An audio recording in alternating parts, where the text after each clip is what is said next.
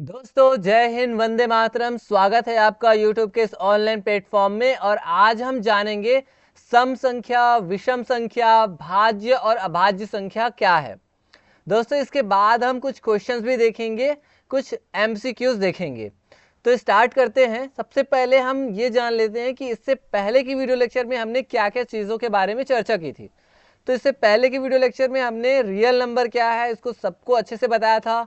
Natural number, whole number, integers, rational number, irrational number और इस सब के कॉम्बिनेशन को रियल नंबर कहते हैं। और साथ ही साथ हमने ये भी बताया था कि इमेजिनरी नंबर यानी जो काल्पनिक संख्या है वो क्या है ना। अब उन्हीं चीज़ों को हम अलग अलग भागों में डिवाइड करते हैं। यानी रियल नंबर है ना, उसी को हम अब डिवाइड करेंगे सम संख्या, विषम संख्या, भाज्य और अभाज्य में। ठीक है, तो जो रियल नंबर हमने पढ़ा था ना, यही रियल नंबर को आज हम जानेंगे कि रियल नंबर को हम किस तरह से और डिवाइड कर सकते हैं। तो देखते हैं सम संख्या तथा विषम संख्याएं क्या होती है, इवन नंबर और ऑड नंबर्स क्या होते हैं। तो देखिए सम संख्या, विषम संख्या की जब बात आती है, even number and odd number की बात आती है, तो सबसे पहले आपको किसको पकड़ना है? दो को पकड़ना है। किसको पकड़ना है? दो को। अब दो को पकड़ना है, उसके बाद डिसाइड करना है कि सम है या नहीं है। यानी कि कोई भी संख्या आपको दिया जाए, वो संख्या अगर दो से डिवाइड हो रहा है, पूर्ण रूप से दो से डिवाइड हो रहा है ना, डिविजिबल है दो से, तो वो होता है सम संख्या। जीरो दो से डिवाइड होता है कि नहीं होता है? डिवाइड करके देखेंगे तो दो शून्यम शून्य हो रहा है ना। दो को तो दो से डिवाइड करोगे तो दो से दो एकम दो, दो से चार को डिवाइड करोगे दो दूनी चार, दो तिया छः, ऐसा मतलब डिवाइड हो रहा है। मतलब दो से जितने भी नंबर डिवाइड होते हैं, जितने भी संख्या डिवाइड होते हैं, उसे हम क्या कहते हैं? इवन नंबर या सम संख्या कहते हैं। अब आ गया समझ में। विषम संख्या, ऑड नंबर क्या है? मतलब ऐसे नंबर, ऐसे संख्या या ऐसी पूर्ण संख्या भी बोल सकते हैं। ठीक है, ये जो सम संख्या, विषम संख्या हम देखते हैं वो पूर्ण संख्या में ही देखते हैं, यानी 0, 1, 2, 3 से लेकर के अप टू आगे बढ़ते जाते हैं। ठीक है, तो ऐसी संख्या जो दो से पूर्णतः डिवाइड ना हो, दो से पूर्णतः डिवाइड नहीं होता है, पूर्णतः नहीं कटता है, तो उसे हम क्या बोलते हैं? उसे बोल देते हैं ऑड नंबर या विषम संख्या बोल देते हैं। जैसे एक को दो से कटाओ, कटेगा क्या? ये बटा में ही रहेगा, है ना। तीन को दो से कटाओ, नहीं कटेगा, ये पूर्ण संख्या नहीं आएगा, मतलब है ना, नहीं आ रहा है, भिन्न के रूप में आएगा आपको, मतलब दिखेगा। या फिर मतलब हम जब कटाते हैं ना दो से, तो कोई ना कोई एक अंक बच ही जाता है। जैसे पाँच को कटाओगे तो दो दुनी चार तो कटेगा, फिर एक लास्ट में बच जाता है, एक जो है ना शेषफल बच जाता है, रिमाइंडर बच जाता है। तो जहाँ पे वो दो से न कटे, ऐसे नंबर जो दो से पूर्णतः न कटे, उसे हम विषम संख्या कहते हैं। तो समझ गए ना, सम संख्या, विषम संख्या, एकदम आसान से शब्दों में, आसान से लैंग्वेज में। अब देखिए सम संख्या एक से लेकर 100 तक कितने हैं। तो एक से लेकर 100 तक हम सम संख्या की बात करें तो वो कितने हैं? 50 निकल जाएंगे। 50 आपको सम संख्या मिलेंगे और 50 आपको विषम संख्या भी मिलेंगे। ठीक है, 50 आपको सम और 50 आपको विषम, जो कुछ इस तरह से है। हाँ, लेकिन सम में आपको एक जीरो को भी ऐड कर सकते हैं, तो ये हो जाता है जीरो भी एक्स्ट्रा है। तो अगर आप देखोगे 0 से 100 तक कितने सम संख्या बोलेंगे तो कितने हो जाएंगे? 51। ठीक है, अगर जीरो को ऐड करेंगे तब, अदरवाइज जितने सम रहेंगे उतने ही विषम रहेंगे, अगर हम एक से स्टार्ट करेंगे तब। तो समझ गए ना सम संख्या, विषम संख्या। अब आगे बढ़ते हैं भाज्य और अभाज्य की ओर। भाज्य संख्या यानी कंपोजिट नंबर या डिवाइडेड नंबर भी कहते हैं, और अभाज्य मतलब प्राइम नंबर जिसे हम डिवाइड नहीं कर सकते। अब भाज्य और अभाज्य की जब बात आती है तब हमें क्या देखना होता है? तो हमें देखना होता है गुणनखंड। क्या देखना होता है? गुणनखंड। ठीक है, गुणनखंड या इसी को हम बोलते हैं फैक्टर। क्या बोलते हैं इसको? फैक्टर बोलते हैं। अब बात आती है कि भाज्य संख्या क्या है। भाज्य संख्या यानी कंपोजिट नंबर ऐसे नंबर होते, ऐसी संख्या होती है जिसके दो से ज्यादा, कितने? दो से ज्यादा, मतलब मैं यहाँ पे लिख रहा हूँ टू प्लस फैक्टर होते हैं, यानी दो से ज्यादा गुणनखंड जिसके होते हैं ना, उसे हम बोलते हैं भाज्य संख्या। अब दो से ज्यादा जिसके फैक्टर हो, दो से ज्यादा गुणनखंड हो, गुणनखंड मतलब जिससे वो डिवाइड हो, जैसे 4 है, 4 किससे किससे डिवाइड होगा, तो 4 ना 1 से डिवाइड होगा, इसका एक फैक्टर होगा, 2 भी फैक्टर है और ये खुद स्वयं है ना, तो 3 फैक्टर हो गए, तो ये हो जाएगा भाज्य संख्या, कंपोजिट नंबर। मतलब एक और वो स्वयं रहना चाहिए, स्वयं, सेल्फ, ठीक है, सेल्फ होना चाहिए, और उसके साथ एक 8 और होना चाहिए, ठीक है, प्लस कोई और अन्य, अदर लिख देता हूं, ठीक है, तो वो हो जाता है आपका भाज्य संख्या। जैसे आप 6 को देखोगे तो किससे किससे डिवाइड होगा, ये 1 से डिवाइड होगा, 2 से होगा, 3 से होगा और 6 से, अपने आप से। कितने फैक्टर हो गए, 4 फैक्टर। वैसे ही आप किसी दूसरे अंक को पकड़ो, 15 को पकड़ते हैं, 15 के कितने फैक्टर हो गए, 1 से डिवाइड होगा, 3 से डिवाइड होगा, है ना, 5 से डिवाइड होगा और अपने आप से इसके भी 1 2 3 4, 4 फैक्टर। 18 को देखिए, 18 1 से डिवाइड होगा, 2 से होगा, 3 से होगा, है ना, 6 से होगा, 9 से होगा और अपने आप से होगा। कितने फैक्टर है, 1 2 3 4 5 6, 6 फैक्टर। तो भाज्य संख्या के लिए हमें सिर्फ ये देखना है कि कम से कम ना 3 फैक्टर होना चाहिए, कम से कम 3 फैक्टर। 3 से कम हुआ तो वो आ जाता है अभाज्य संख्या में। अभाज्य संख्या मतलब प्राइम नंबर में। जैसे कि 2 है, 2 को अगर आप देखोगे तो इसके कौन कौन से फैक्टर है, 1 है और ये स्वयं है, 2 ही फैक्टर हुए इसके। वैसे 3 को पकड़िए, 3 का फैक्टर कौन कौन सा होगा, 1 होगा और खुद स्वयं 3। अगर आप बड़े संख्या को देखोगे 17 को, तो 17 किससे डिवाइड होगा, 1 से और अपने आप से, इससे छोटे किसी अंक से तो डिवाइड नहीं होगा। यानी जिसके 2 फैक्टर हो, 2 गुणनखंड हो, है ना, वो कहलाते हैं अभाज्य संख्या यानी प्राइम नंबर।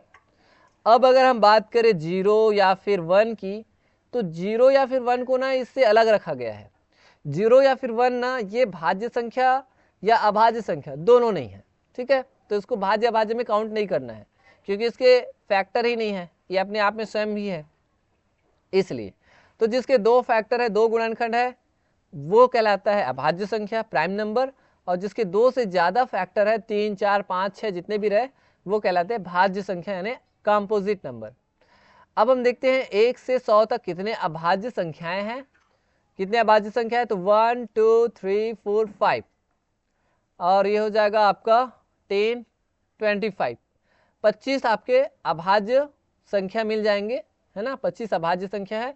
और बाकी जितने भी है भाज्य संख्या की यदि हम बात करें तो 75 आपको भाज्य संख्या मिलेंगे, जो इस तरह से, ठीक है।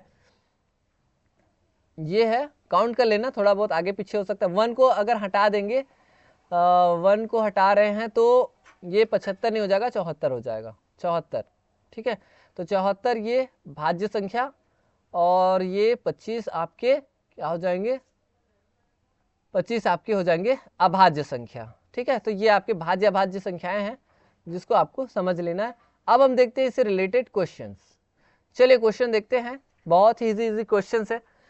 निम्न में से कौन सी संख्या अभाज्य है, इसमें से कौन सी संख्या जो अभाज्य है, प्राइम नंबर है, तो बताइए कौन सी संख्या अभाज्य है, तो वो है 29, जिसके सिर्फ 2 ही फैक्टर है, 1 होगा और खुद स्वयं 29, बाकी 39 49 21 इसके 1 से 2 से ज्यादा फैक्टर मिल जाएंगे।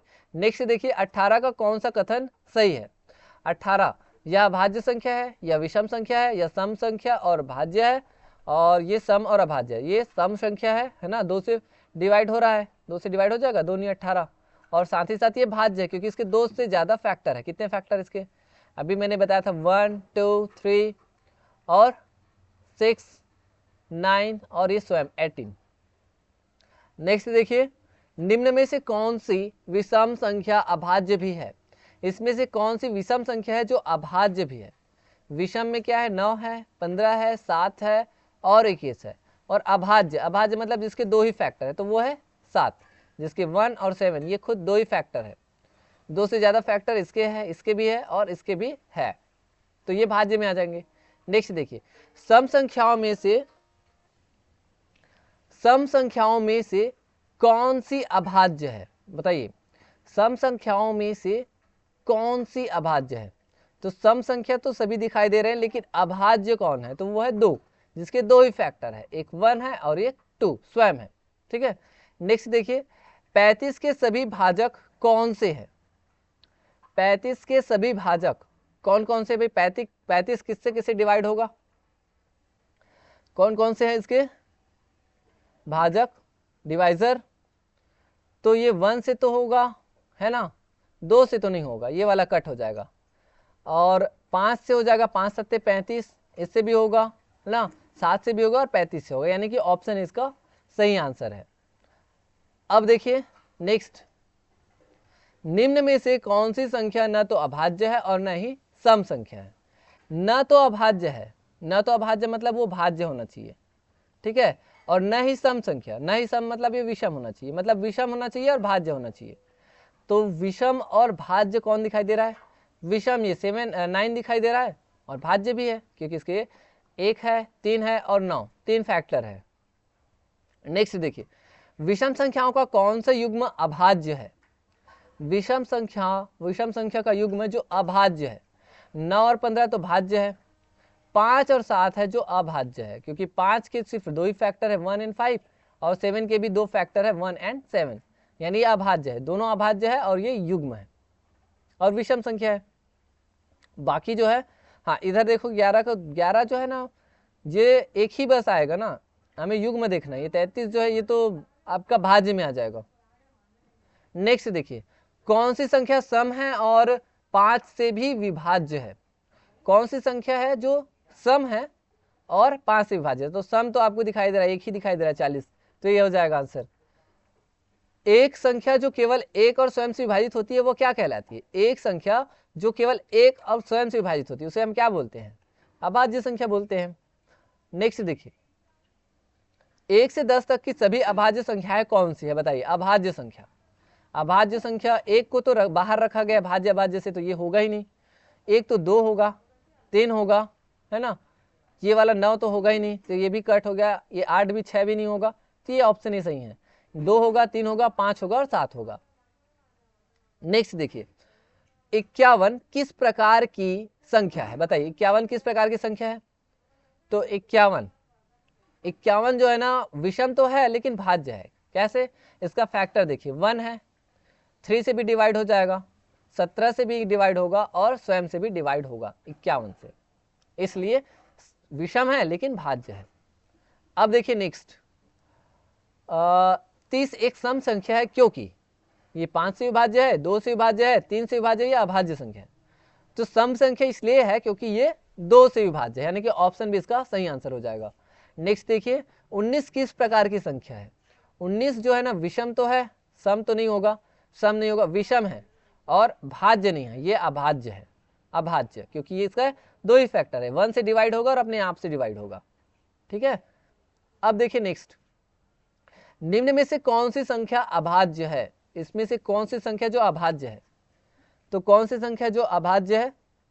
तो फिर डिवाइड करके देखना पड़ेगा। किससे किससे डिवाइड करना है? पहले 3 से डिवाइड करना, 3 से डिवाइड करेंगे इसको अगर हम, तो 3 पंचे 15 और एक बचा, 3 से नहीं हो रहा है तो 7 से कोशिश करेंगे, 7 से, 7 दूनी 14, 7 21, या 7 से डिवाइड हो रहा है ये, ठीक है, ये नहीं होगा।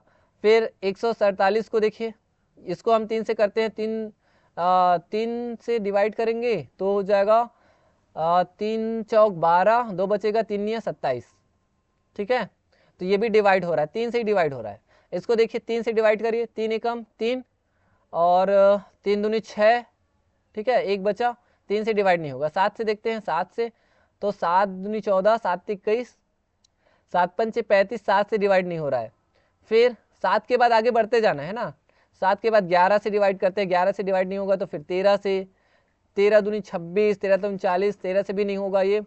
फिर 17 से करते हैं, 17 दूनी 34, ठीक है, वैसे ही करते जाना है। ये अगर नहीं हो रहा है ना तो इसको करिए, 3 से करिए, 3 से अगर नहीं होगा तो फिर आगे बढ़ते जाना है, 3 एकम 3, 3 चौक 12 नहीं होगा। 7 से देखते हैं, 7 पंचे 35, 7 छक्के 42, 7 से भी नहीं होगा। फिर 11 से करते हैं, फिर 13 से, 13 3 39, कितना बचा, ऐसे ही करते जाना है, ठीक है। अब हम 19 से डायरेक्ट करते हैं, 17 से भी करते हैं, 17 से भी नहीं होगा, 19 से करके देखते हैं। 19 से कम 19, 19 दूनी 38, कितना बचा 5 बचा, है ना 5 बचा, और ये 57 हो जाएगा। 19 से कम 19, 19 दूनी 38, 19 तिया 57, यानी 19 से डिवाइड हो रहा है। देखिए जितने भी यानी डिवाइड हो रहे हैं ना, सिर्फ अभाज्य में ये वाला आएगा, ये किसी से डिवाइड नहीं होगा, 19 से भी नहीं होगा, तो यही हो जाएगा ऑप्शन सी। ऐसे डिवाइड करना, मतलब ना अभाज्य है ना तो अभाज्य से ही डिवाइड होगा, उसको देखना। अभाज्य अगर मतलब देखना रहेगा तो 3 से देखना है, 7 से देखना है, 11 से 13, 17, 19, फिर 23, फिर 29, ऐसे आगे बढ़ते जाना, फिर 31, ठीक है। नेक्स्ट देखिए, एकमात्र सम अभाज्य संख्या कौन सी है? सम है लेकिन अभाज्य है, तो वो है 2। बाकी 4, 6, 8 आगे जितना भी बढ़ते जाओगे ना वो भाज्य रहेगा, जितने भी सम संख्या देख लो। एक अभाज्य संख्या क्यों नहीं है? क्योंकि यह एक से ही विभाज्य है, क्योंकि यह सम संख्या, क्योंकि यह विषम संख्या, क्योंकि यह कोई संख्या नहीं है, क्योंकि यह सिर्फ एक से ही विभाज्य है, इसलिए अभाज्य संख्या है। नेक्स्ट देखिए, 100 का कौन सा एक भाजक है? 100 का कौन सा एक भाजक है? बताइए कौन है भाजक, डिवाइजर? तो ये 25 से डिवाइड होगा, तो ऑप्शन सी ही इसका सही आंसर हो जाएगा। नेक्स्ट देखिए, सबसे छोटी अभाज्य संख्या कौन सी है? बताइए सबसे छोटी अभाज्य संख्या। तो सबसे छोटी अभाज्य संख्या 2 है, एक को भाज्य अभाज्य से बाहर रखा गया है, उसके बाद फिर 3, फिर 5, आगे बढ़ेंगे। नेक्स्ट देखिए, यदि एक संख्या 3 से विभाज्य है तो वह संख्या अभाज्य हो सकती है या नहीं? यदि कोई संख्या 3 से विभाज्य है ना, तो वो संख्या अभाज्य हो सकती है? नहीं, तो नहीं होगी विभाज्य, और केवल तब होगी जब वह 3 ही हो, यानी ऑप्शन सी इसका सही आंसर है। 3 ही है जो 3 से विभाज्य है और ये अभाज्य संख्या है। लेकिन 3 के बाद अगर हम 9 देखें, है ना, 6 देखें, आगे बढ़ते जाएंगे 12, तो वो सब क्या होगा? 3 से विभाज्य है, 3 से विभाज्य होगा मतलब वो भाज्य में आएगा, अभाज्य में नहीं आएगा। तो केवल तब जब वह संख्या 3 ही हो तभी वो अभाज्य होगा, अदरवाइज वो क्या हो जाएगा? भाज्य में आ जाएगा, क्योंकि 2 से ज्यादा फैक्टर हो जाएंगे ना। एक संख्या के केवल 2 ही भाजक है, एक और वह स्वयं, लेकिन वह 100 से बड़ी है। निम्न में से कौन सी संख्या हो सकती है? बताइए तो कौन सी संख्या हो सकती है? तो वो हो जाएगी 101। 101 ही है जो जिसके 2 ही फैक्टर, 1 हो जाएगा और ये स्वयं 101। इसको हम जैसे देखेंगे तो ये ना 3 से कट जाएगा, जैसे 3 तिया 9, ठीक है, 3 तिया 9, 2 बचा, 3 7 21, ऐसे कट जाएगा, ये भी कट जाएगा, ठीक है। 11 से ही कटेगा, ये 11 11 करके 11 का स्क्वायर है, और 91 ये किससे कटेगा? तो 91 को हम कटा करके देखेंगे 19 से कम 19, 19 दूनी 38, 19 से 57, 19 से 76, 19 पंचे 95, 17 कम 17 34, 17 3 कम 17 चौक 68, 17 पंचे 85, 17 छक्के 102। देखिए 91 भी हो सकता है, ठीक है, एक बार कटा करके देखिए। लेकिन 101 एकदम श्योर है, हाँ ये भी हो सकता है, लेकिन यहाँ पे बोला जा रहा है कि 100 से बड़ी है बोला जा रहा है, तो 100 से बड़ी यही है, तो ऑप्शन ए ही सही आंसर है, ठीक है। तो ऐसे ही आप प्रैक्टिस कर सकते हैं, बार बार प्रैक्टिस करिए। और ये जितने भी क्वेश्चंस है ना, बहुत ही इजी क्वेश्चंस है।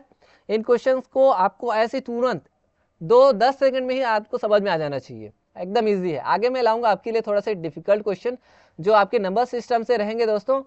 तो जुड़े रहिए मेरे साथ, मिलेंगे नेक्स्ट वीडियो लेक्चर में, तब तक के लिए आप पढ़ाई करते रहिए एंड थैंक यू दोस्तों।